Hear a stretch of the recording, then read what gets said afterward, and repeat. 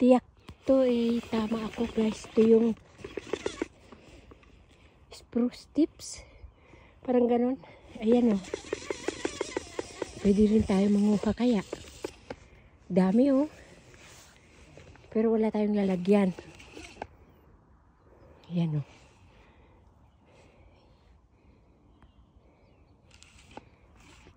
Ito na rin siguro yung sinasabi napapanood natin. Amoyin nga natin.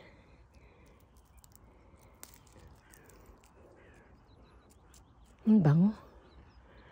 Ang bango guys. Manguha tayo kahit isang dakot lang.